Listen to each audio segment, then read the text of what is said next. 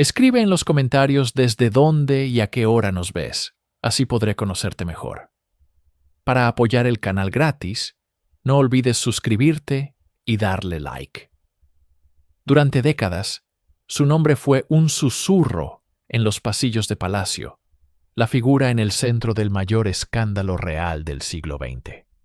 Fue etiquetada como la otra, la culpable, la sombra que se cernía sobre un cuento de hadas roto. Pero, ¿cómo logró la mujer más vilipendiada de Gran Bretaña pasar de la clandestinidad a la corona? Esta es la increíble historia de Camilla Parker Bowles, una crónica de amor prohibido, una espera de 50 años y una silenciosa pero implacable ascensión al poder absoluto. Prepárate para descubrir la estrategia detrás del trono, en el corazón de la campiña inglesa, mucho antes de que su nombre se convirtiera en sinónimo de escándalo y realeza. Crecía una joven llamada Camilla Shand. Nacida en 1947 en el seno de una familia de la alta burguesía, su mundo era uno de privilegios, tradiciones y una profunda conexión con la tierra. Su padre, el mayor Bruce Shand, fue un condecorado oficial del ejército que le inculcó un carácter pragmático y resiliente. Su madre, Rosalind Cubitt, hija del barón Ashcombe, la conectaba directamente con los círculos aristocráticos que definían la vida social británica. Desde muy joven, Camilla demostró una personalidad que se desviaba del molde de la delicada debutante. Era audaz, ingeniosa, y poseía un humor terrenal que desarmaba a quienes la rodeaban. Su verdadera pasión no se encontraba en los salones de baile de Londres, sino al aire libre, a lomos de un caballo, participando en cacerías de zorros y galopando por las verdes colinas de Sussex. Esta faceta de amazona le confirió una confianza y una seguridad en sí misma que resultaban magnéticas. Educada en la exclusiva Queen's Gate School en South Kensington, la misma a la que asistiría Diana Spencer años después, Camilla no destacaba por su brillantez académica, sino por su carisma. Era la amiga leal, la confidente divertida, una figura central en su círculo. En su linaje familiar resonaba una historia fascinante. Su bisabuela, Alice Keppel, había sido la célebre y respetada amante del rey Eduardo VII. Esta anécdota, contada con orgullo en la familia, quizás sembró en la joven Camilla una comprensión matizada de las complejas relaciones que podían existir tras los muros de los palacios, una lección que marcaría su extraordinario destino. El año era 1970. En los impecables campos de polo de Windsor Great Park, donde la élite británica se reunía para socializar bajo el pretexto del deporte, el destino orquestó un encuentro que alteraría el curso de la monarquía. Allí, un joven y sensible príncipe Carlos, heredero al trono, fue presentado a una mujer de 23 años, cuya reputación de vivaz y desinhibida la precedía: Camilla Shand. La presentación fue obra de una amiga en común, Lucía Santa Cruz, hija del embajador chileno. Según la leyenda, que ha perdurado a través de las décadas, Camilla rompió el hielo con una audacia que dejó al príncipe cautivado. Con una sonrisa pícara, le dijo: «Mi bisabuela fue la amante de su tatarabuelo. Así que, ¿qué le parece?». La frase, cargada de historia y de una confianza arrolladora, fue el catalizador de una conexión instantánea. Carlos, a menudo abrumado por el peso de su deber y una educación formal y solitaria, encontró en Camilla un refugio. Ella no lo trataba con la deferencia servil a la que estaba acostumbrado. Le hablaba con franqueza, se reía de sus chistes y compartía su amor por el campo, los caballos y un sentido del humor ligeramente absurdo. Para Carlos, fue como abrir una ventana en una habitación sofocante. Encontró en ella una igual, una cómplice intelectual y emocional que parecía entender las presiones de su vida sin ser parte de ella. No fue solo una atracción física, fue un encuentro de almas, una sensación de familiaridad y consuelo que ninguno de los dos había experimentado antes. En ese campo de polo, entre el sonido de los cascos de los caballos y las conversaciones educadas, se plantó la semilla de un amor que desafiaría el tiempo, el deber y a la propia corona. Tras su primer encuentro, la relación entre Carlos y Camila floreció rápidamente, lejos de las miradas indiscretas de la prensa y el público. Entre 1971 y 1973 se volvieron inseparables. Su romance se desarrolló en el idílico escenario de la Inglaterra rural. Fincas de campo, paseos a caballo y, por supuesto, los omnipresentes partidos de polo que servían como telón de fondo para sus encuentros. Era un amor fácil, natural y lleno de risas. Camila ofrecía a Carlos una normalidad que su vida palaciega le negaba. Con ella no era el príncipe de Gales, sino simplemente Carlos. Podía hablar de sus inseguridades, sus pasiones por la arquitectura y la jardinería, y sus temores sobre el futuro. Sin embargo, sobre este idilio se cernía una sombra ineludible, la del deber monárquico.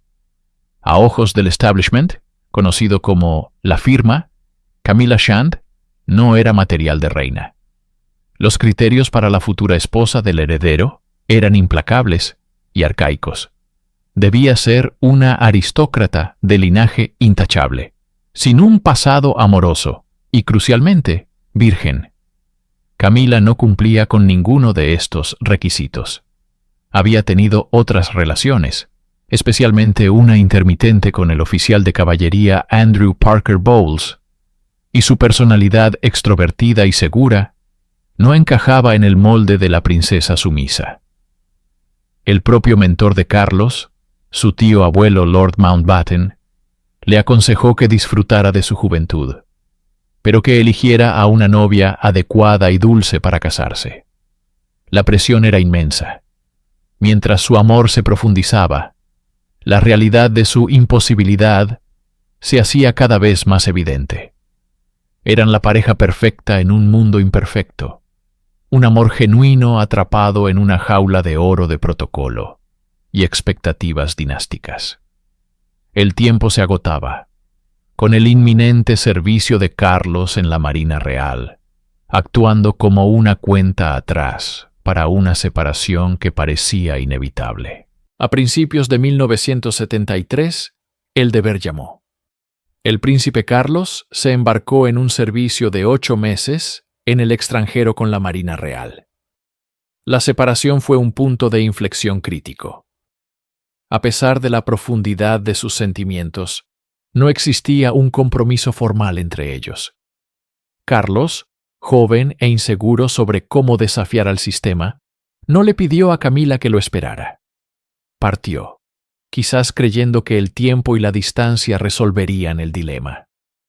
Para Camila, la situación era insostenible. Se encontraba en una especie de limbo social, enamorada de un hombre con el que, según todas las convenciones, no podía casarse. Fue entonces cuando Andrew Parker Bowles, su antiguo novio, reapareció de forma decisiva. Era un hombre de su mismo círculo, un partido considerado apropiado y seguro. Presionada por su familia y por la incertidumbre de su futuro con el príncipe, Camila tomó una decisión pragmática. Aceptó la propuesta de matrimonio de Andrew. La noticia fue un golpe devastador para Carlos, quien, según los informes, recibió una carta con la noticia mientras se encontraba destinado en el Caribe. Se sintió traicionado y con el corazón roto, lamentando no haber actuado con más decisión. El 4 de julio de 1973, Camila Shand se casó con Andrew Parker Bowles en una fastuosa ceremonia en Londres, a la que asistieron la reina madre y la princesa Ana. La boda fue uno de los mayores eventos sociales del año, uniendo a dos figuras prominentes de la aristocracia.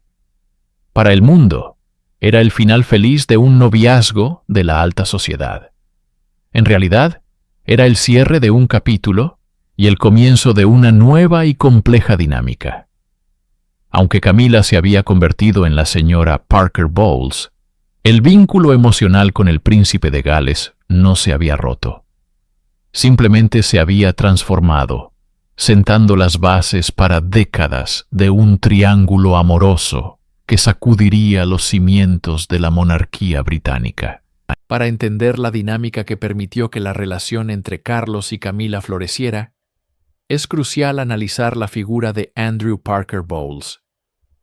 Lejos de ser un esposo engañado y pasivo, Andrew era un hombre profundamente arraigado en los círculos aristocráticos y militares, un oficial de la Blues and Royals carismático y conocido por su propia vida amorosa liberal.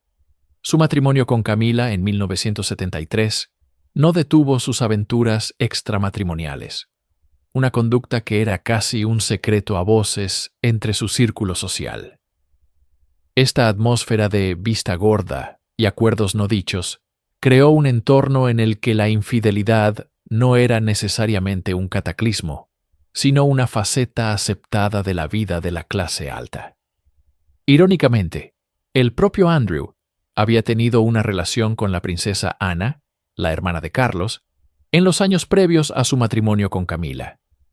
Esta conexión le otorgaba un acceso y una familiaridad únicos con la familia real, convirtiéndolo en una figura presente y aceptada en los mismos eventos a los que asistían Carlos y Camila. No era un extraño, sino parte del tejido social. Esta compleja red de relaciones significaba que el matrimonio de los Parker Bowles no se regía por las convenciones tradicionales. Se ha especulado mucho sobre cuánto sabía Andrew y cuándo lo supo. Algunos biógrafos sugieren que, durante años, toleró la profunda amistad entre su esposa y el heredero al trono, posiblemente sin conocer toda la extensión de su reavivado romance, o quizás eligiendo ignorarlo mientras él mismo mantenía sus propias libertades. Andrew no era una víctima ingenua, era un jugador pragmático en un mundo con sus propias reglas, un esposo en la sombra cuya propia conducta, paradójicamente, proporcionó el espacio necesario para que el amor de su esposa por otro hombre sobreviviera y esperara su momento. El 29 de julio de 1981, el mundo fue testigo de una boda de cuento de hadas. Lady Diana Spencer, una joven de apenas 20 años, se casaba con el príncipe de Gales en la Catedral de San Pablo. La transmisión fue vista por más de 750 millones de personas, todas cautivadas por la promesa de un nuevo y glamuroso capítulo para la monarquía británica. Sin embargo, detrás del velo de tul, los carruajes dorados y las sonrisas para las cámaras, la novia ya estaba atormentada por un fantasma. El fantasma tenía nombre: Camila Parker Bowles. Para Diana, Camila no era una simple exnovia del pasado de su prometido. Era una presencia constante y ominosa. Durante su compromiso, Diana descubrió un brazalete que Carlos planeaba regalarle a Camila, grabado con las iniciales G y F, por sus apodos privados, Gladys y Fred. El hallazgo fue una puñalada devastadora, una confirmación de que el corazón de su futuro esposo aún albergaba un profundo afecto por otra mujer. La propia Diana confesaría más tarde que buscó el rostro de Camila entre la congregación durante la ceremonia de su boda. Una imagen desgarradora que encapsula su ansiedad. Se sentía como una intrusa en una historia de amor que ya tenía dos protagonistas. En los primeros años de su matrimonio, la sombra de Camila se cernía sobre cada discusión, cada ausencia de Carlos, cada momento de frialdad. Mientras el mundo celebraba el nacimiento de los príncipes Guillermo y Harry, y admiraba a la nueva princesa de Gales por su belleza y compasión, Diana libraba una batalla interna contra la inseguridad y la sospecha. Sabía, con una intuición que pronto se convertiría en certeza, que no estaba sola en su matrimonio. El fantasma era real y su presencia se hacía más fuerte con cada día que pasaba. A mediados de la década de 1980, el matrimonio de los príncipes de Gales era una fachada que se desmoronaba. Para el público, eran la pareja dorada de la monarquía, pero en privado, vivían vidas prácticamente separadas. Fue en este frío y desolado paisaje matrimonial donde Carlos buscó refugio en la única persona que sentía que realmente lo entendía. El romance con Camilla Parker Bowles se reanudó, pasando de ser un fantasma en la mente de Diana a una realidad tangible y devastadora. La relación clandestina no era un secreto para su círculo más íntimo. Amigos leales de ambas partes proporcionaron coartadas y lugares de encuentro, principalmente en residencias de campo, lejos de la mirada indiscreta de la prensa. Highgrove, la casa de campo de Carlos, y Bolehide Manor, el hogar de los Parker Bowles, se convirtieron en los escenarios principales de este amor prohibido. El sistema de protección aristocrático, basado en la discreción y la lealtad de clase, funcionó a la perfección durante años. Para Diana, esta traición era una tortura psicológica. La frase que más tarde pronunciaría en su famosa entrevista, «Éramos 3 en este matrimonio, así que estaba un poco abarrotado», resumía perfectamente su realidad. Se sentía impotente, observando cómo su marido se escapaba para hablar por teléfono durante horas o desaparecía los fines de semana bajo pretextos poco convincentes. La presencia de Camilla no era solo emocional, sino física. Diana se encontraba con ella en eventos sociales, forzada a mantener una apariencia de cordialidad mientras su mundo interior se desintegraba. Este período solidificó la narrativa de la traición y el engaño, transformando a Camilla, a los ojos de quienes conocían la verdad, de un viejo amor a la tercera persona, activa, que desmantelaba el matrimonio de cuento de hadas.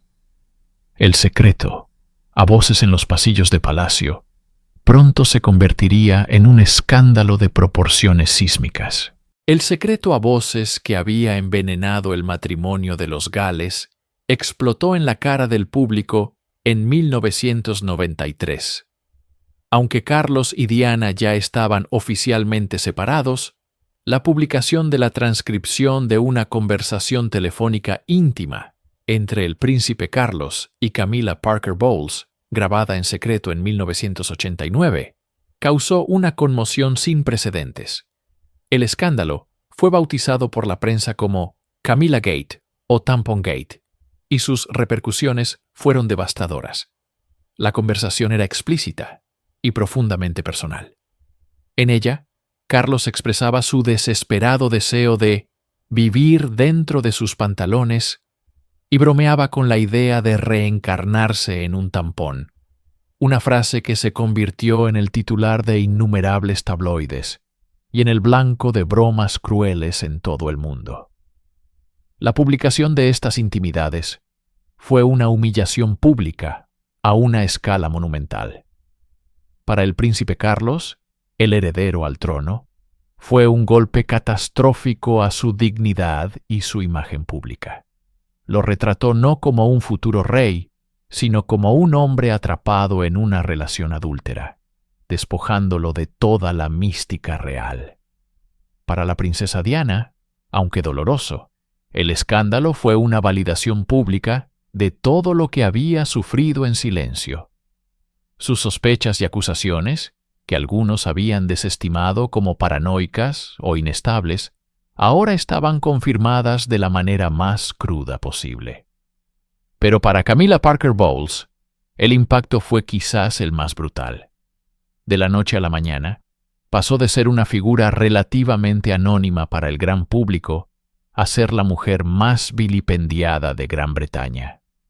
Fue etiquetada como la otra mujer, una destructora de hogares, y la causa del sufrimiento de la amada princesa del pueblo. Camilla Gatti la arrancó de la protección de la sombra aristocrática y la arrojó a la implacable arena de la opinión pública, donde fue juzgada y condenada sin piedad. Para 1995, el cuento de hadas se había desintegrado por completo a la vista de todo el mundo. La entrevista de Diana en el programa Panorama fue la detonación final, una declaración de guerra televisada. Su frase, «Éramos 3 en este matrimonio, así que estaba un poco abarrotado», no dejó lugar a dudas y grabó el nombre de Camila en la conciencia pública como la destructora de la monarquía. La reina, viendo el daño irreparable, intervino. En una carta directa, instó al príncipe y la princesa de Gales a divorciarse. El final era oficial. Meses antes, en marzo de 1995, Camilla y Andrew Parker Bowles finalizaron su propio divorcio de manera discreta y civilizada, poniendo fin a una unión que había soportado la carga de un triángulo amoroso durante décadas. Con la firma final del divorcio de Carlos y Diana en agosto de 1996, ambos estaban, por primera vez en sus vidas adultas, legalmente libres para estar juntos. Pero esta libertad no fue dulce, sino amarga y asfixiante. Camilla, lejos de poder celebrar, se vio forzada a una reclusión aún más profunda. La prensa la asediaba sin piedad, y el público, abrumadoramente del lado de Diana, la despreciaba abiertamente. Se convirtió en una prisionera en sus propias casas de campo, sus movimientos vigilados, su rostro en las portadas de los tabloides, junto a titulares venenosos. La libertad legal no le otorgó aceptación, sino que la marcó como el objetivo principal del resentimiento popular. El camino para estar con el hombre que amaba estaba despejado en el papel, pero en la realidad estaba bloqueado por un muro de odio público que parecía insuperable. El verano de 1997 trajo consigo un cambio sísmico que nadie podría haber anticipado. Mientras Diana, princesa de Gales, disfrutaba de un romance muy público y fotografiado con Dodi Fayed, el mundo observaba fascinado. Pero la fascinación se convirtió en horror en la madrugada del 31 de agosto. La noticia del fatal accidente automovilístico en el túnel del Pont de l'Alma en París conmocionó al planeta. La muerte de Diana desató una ola de dolor colectivo sin precedentes. Una marea de flores inundó las puertas del Palacio de Kensington y el Palacio de Buckingham, y la nación británica, junto con el mundo entero, lloró a su reina de corazones. En medio de este torbellino de duelo, la ira pública necesitaba un pararrayos, un culpable. Y ese papel, de forma unánime y brutal, recayó sobre Camilla Parker Bowles. Si antes era impopular, ahora era una paria absoluta. La lógica popular, alimentada por los tabloides, era simple y cruel. La infelicidad de Diana, que la llevó a París esa noche, fue causada por el adulterio de Carlos con Camilla. Por lo tanto, Camilla era, en última instancia, responsable. Se convirtió en la mujer más odiada de Inglaterra, un título no oficial pero universalmente aceptado. Cualquier esperanza de que ella y Carlos pudieran construir una vida pública juntos se evaporó instantáneamente. Camilla desapareció por completo de la vista, atrincherada contra un tsunami de odio que amenazaba con consumirla. Para el público, ella era la villana cuya existencia había costado la vida a su heroína. Tras la muerte de Diana, el silencio que rodeaba a Camilla era ensordecedor y absoluto. El príncipe Carlos, aunque de luto y enfrentando una crisis de popularidad, se negó a abandonar a la mujer que consideraba su ancla. Sabía que dejarla en el exilio público permanente era insostenible. Se necesitaba un plan, una estrategia meticulosa para cambiar la percepción pública más tóxica del país. Así nació una de las campañas de relaciones públicas más ambiciosas y delicadas de la historia moderna, a menudo apodada Operación Ritz. El Palacio contrató a Mark Bolland, un astuto estratega de relaciones públicas, con una misión casi imposible: transformar a Camila de la rompehogares a una compañera digna y aceptable para el futuro rey. La estrategia no buscaba la confrontación, sino la aclimatación gradual. El primer paso fue humanizarla. Se filtraron cuidadosamente historias a la prensa amiga que destacaban su calidez, su sentido del humor y su inquebrantable apoyo a Carlos. Se puso énfasis en su trabajo de caridad, particularmente con la Sociedad Nacional de Osteoporosis, una causa profundamente personal para ella, tras la muerte de su madre por la enfermedad.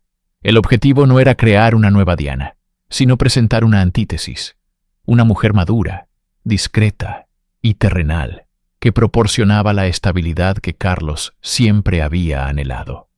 Cada aparición potencial, cada fotografía, cada mención en la prensa era calculada. Era un juego a largo plazo, una lenta y metódica reconstrucción de una imagen que había sido demolida hasta sus cimientos. La operación estaba en marcha, moviendo las piezas en el tablero de ajedrez de la opinión pública. 17 meses después de la tragedia de París, el momento culminante de la Operación Ritz estaba listo para ejecutarse. El escenario elegido fue perfecto en su normalidad: la fiesta del 50 cumpleaños de la hermana de Camila, Annabel Elliot. El lugar: el Hotel Ritz de Londres, el 28 de enero de 1999. Aunque el evento era privado, su significado público era monumental. Cientos de fotógrafos de todo el mundo, informados de la posibilidad, se agolparon en la entrada, creando un mar de lentes y flashes en la fría noche londinense. La tensión era palpable. Esperaban la imagen que confirmaría lo que todos sabían, pero que nunca se había mostrado. El plan se ejecutó con precisión militar. Carlos y Camila llegaron y se fueron por separado, pero su salida fue la clave. Él salió primero, deteniéndose brevemente para las cámaras. Unos minutos más tarde, apareció Camila. Mientras descendía los escalones, por un instante fugaz y perfectamente coreografiado, ambos quedaron en el mismo encuadre. No posaron juntos, no se tomaron de la mano, pero estaban allí, saliendo del mismo evento, sonriendo en medio del caos mediático. Esa única fotografía, apodada la foto del Ritz, lo cambió todo. Fue la primera vez que fueron fotografiados juntos como pareja en un evento público. Al día siguiente, la imagen ocupaba la portada de todos los periódicos del Reino Unido y del mundo. El silencio se había roto. No era una declaración de amor, sino una declaración de intenciones.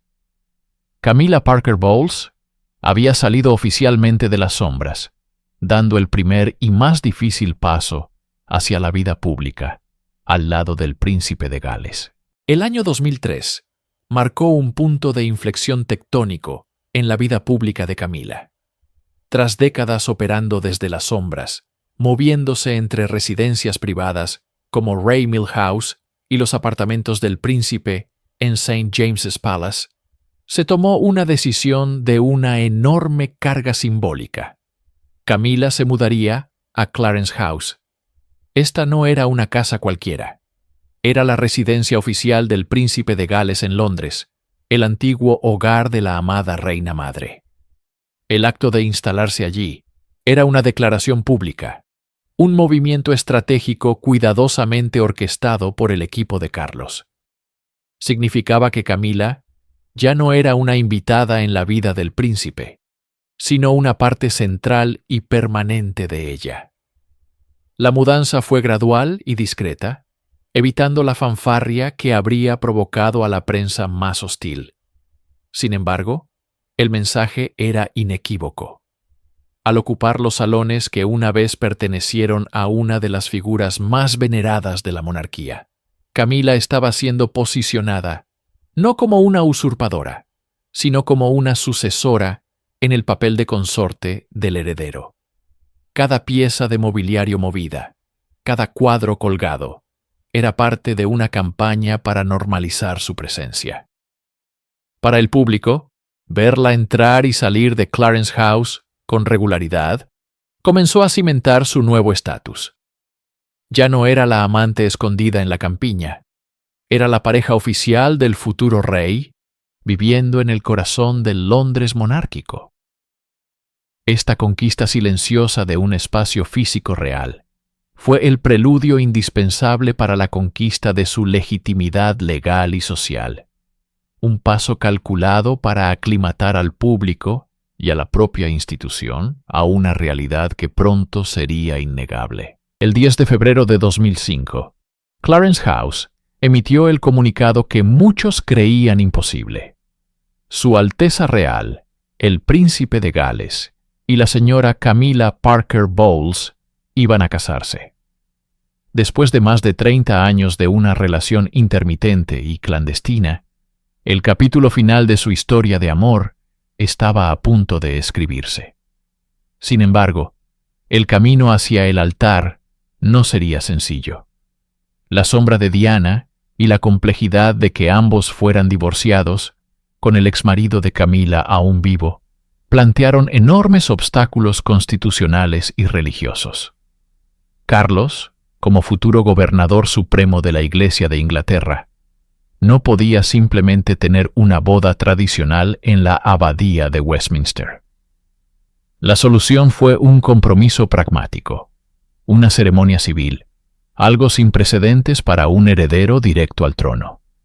La boda se fijó para el 8 de abril en el castillo de Windsor, pero tuvo que posponerse un día debido al funeral del Papa Juan Pablo II.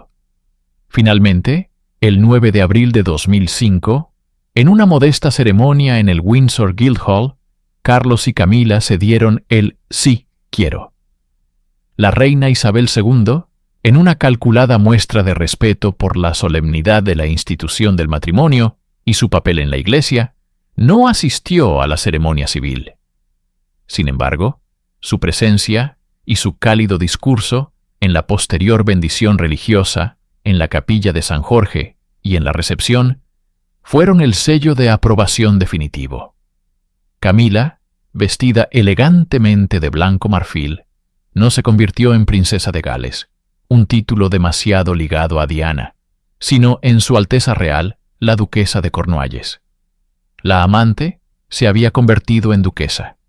La espera había terminado. Convertida en duquesa de Cornualles, Camila se enfrentó a un desafío monumental: ganarse a un público que, en gran parte, todavía la veía con resentimiento. Su estrategia no fue una ofensiva de encanto mediático, sino todo lo contrario: un largo y metódico período de servicio silencioso. Entendió que las palabras no cambiarían la percepción. Solo el trabajo constante y la dedicación podrían hacerlo. Lejos de buscar los focos o competir con el recuerdo de Diana, Camila adoptó un perfil bajo y laborioso.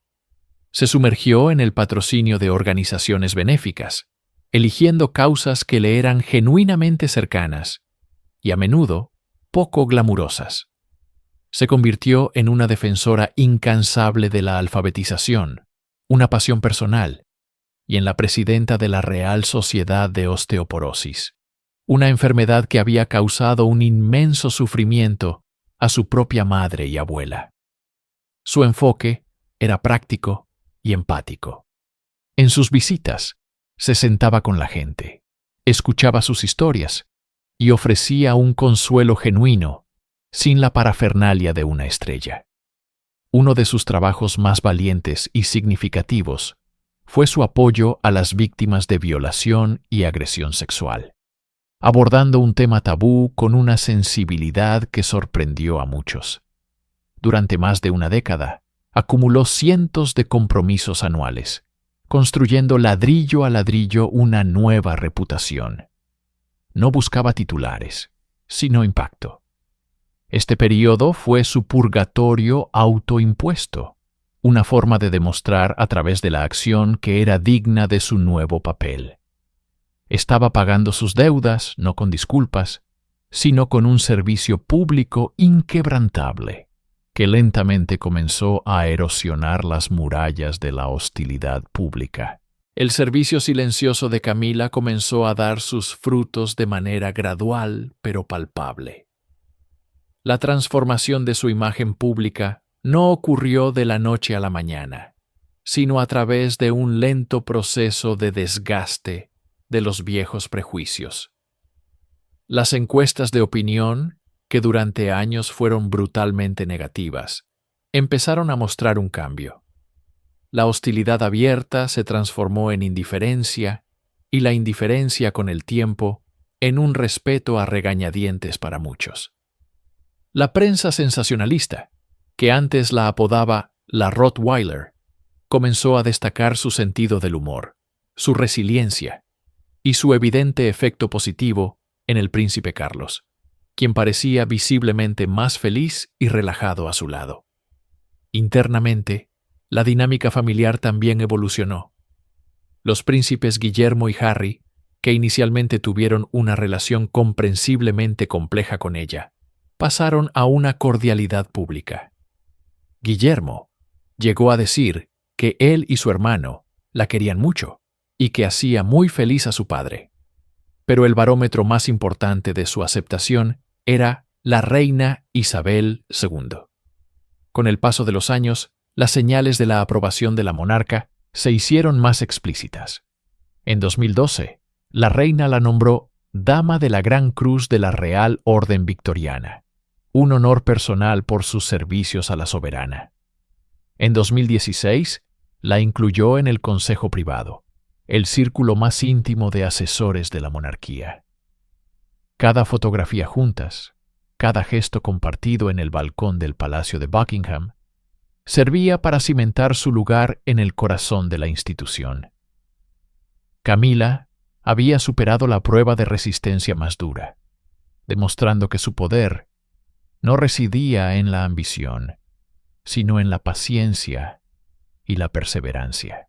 El año 2022 marcó un punto de inflexión irreversible en la saga de Camila. Mientras el Reino Unido se preparaba para celebrar el Jubileo de Platino de la reina Isabel II, conmemorando sus 70 años en el trono, pocos esperaban que la monarca utilizara la ocasión para cimentar el futuro de la monarquía de una manera tan personal y definitiva. En la víspera de su día de ascensión, el 5 de febrero, el Palacio de Buckingham emitió un comunicado que resonó en todo el mundo. En él, la reina no solo reflexionaba sobre su largo reinado, sino que miraba hacia adelante, hacia el reinado de su hijo. Y en un acto de pragmatismo y quizás de afecto final, abordó directamente la cuestión que había flotado sobre la opinión pública durante casi 2 décadas: el futuro título de Camila. Con una claridad inconfundible, Isabel II expresó su sincero deseo de que, cuando llegara el momento, Camila fuera conocida como reina consorte. Esta declaración no fue una sugerencia, fue una orden envuelta en un deseo. Con esas pocas palabras, la reina desmanteló años de ambigüedad y debate. El plan original, que sugería el título menor de princesa consorte como un compromiso para apaciguar al público, quedó obsoleto. La bendición de la monarca más longeva de la historia británica era la máxima validación. Era el sello final de aprobación, una absolución pública que borraba la última sombra de duda sobre el lugar de Camila en la historia. Para Camila, que había soportado el escrutinio y la hostilidad durante tanto tiempo, este fue el momento en que su futuro dejó de ser una pregunta para convertirse en una certeza. La espera, en su forma más incierta, había terminado. El 8 de septiembre de 2022. La frase en clave. El puente de Londres ha caído se transmitió a través de los canales oficiales, señalando el fin de una era. La reina Isabel II había fallecido en su amado castillo de Balmoral, sumiendo a la nación y al mundo en un profundo luto. En ese instante de inmensa pérdida personal y nacional, la maquinaria constitucional británica, perfeccionada durante siglos, se puso en marcha sin pausa. El príncipe de Gales dejó de existir, y en su lugar surgió el rey Carlos III. A su lado, en el epicentro de este terremoto histórico, estaba Camila, quien automáticamente asumió el título que la reina le había prometido: reina consorte. El período que siguió fue un torbellino de dolor y deber. Mientras el nuevo rey lidiaba con la pérdida de su madre, también debía asumir las responsabilidades de la corona. En cada paso de ese sombrío camino, Camila fue una presencia constante y serena. Se la vio acompañando el féretro de la reina, consolando a un afligido Carlos y saludando a las multitudes de dolientes que se congregaban frente a los palacios reales. Su papel no era el de una protagonista, sino el de un ancla. Ofrecía un apoyo silencioso pero inquebrantable, una mano en la espalda del rey, una mirada de comprensión en medio del caos ceremonial. Para el público, esta fue la primera vez que la vieron en acción en su nuevo rol. No había tiempo para la transición. Fue un bautismo de fuego. En los días más oscuros para su esposo y para el país, Camila demostró la calma y la resiliencia forjadas durante sus años de espera. El nuevo comienzo no llegó con fanfarria, sino con la solemnidad del duelo, y ella asumió su lugar con una dignidad que silenció a muchos de sus antiguos críticos. El 6 de mayo de 2023, las puertas de la Abadía de Westminster se abrieron para un evento que no se había visto en 70 años. La coronación del rey Carlos III y la reina Camila fue un espectáculo de pompa y tradición milenaria. Pero para Camila fue mucho más. Fue la culminación de un viaje personal de más de 5 décadas. Desde su posición como la amante secreta del príncipe de Gales, hasta convertirse en la mujer más vilipendiada de Gran Bretaña, cada paso la había conducido a este momento sagrado. La propia invitación al evento ya había marcado un cambio sutil pero sísmico. Se refería a ella simplemente como Reina Camila, eliminando el consorte y solidificando su estatus. Dentro de la abadía, bajo la mirada del mundo, se desarrolló el antiguo ritual. Después de que Carlos fuera coronado, llegó el momento de Camila. Fue ungida con aceite sagrado, un acto que la apartaba para su rol. Y luego, el arzobispo de Canterbury colocó la corona de la Reina María sobre su cabeza. En ese instante, con el peso del diamante Koh-i-Noor y siglos de historia sobre ella, la transformación fue completa. La mujer que una vez fue descrita como un obstáculo para la monarquía, era ahora una de sus figuras centrales, consagrada y coronada. La imagen de Camila en el trono, al lado de su esposo, el rey, era un poderoso testimonio de perseverancia, amor y una estrategia de relaciones públicas ejecutada a la perfección a lo largo de los años. Para sus partidarios, era la reivindicación definitiva. Para sus detractores, una realidad ineludible.